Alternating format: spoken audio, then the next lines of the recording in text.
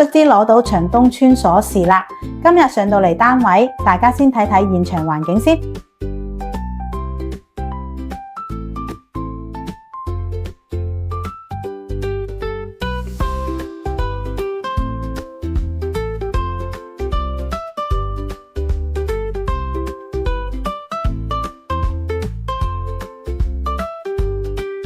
好啦，隨我一齊嚟睇睇我哋係點樣佈局嘅。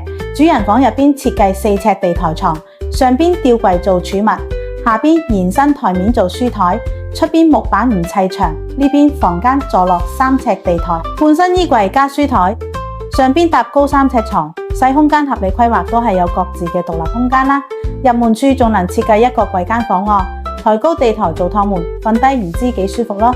客廳一字圓通 D 櫃，側邊都係有飾櫃收納。廚房就 L 型上下櫥櫃啦，石英石台面就易打理啲啦。好啦，我哋仲有好多設計同案例，有興趣 PM 我啦。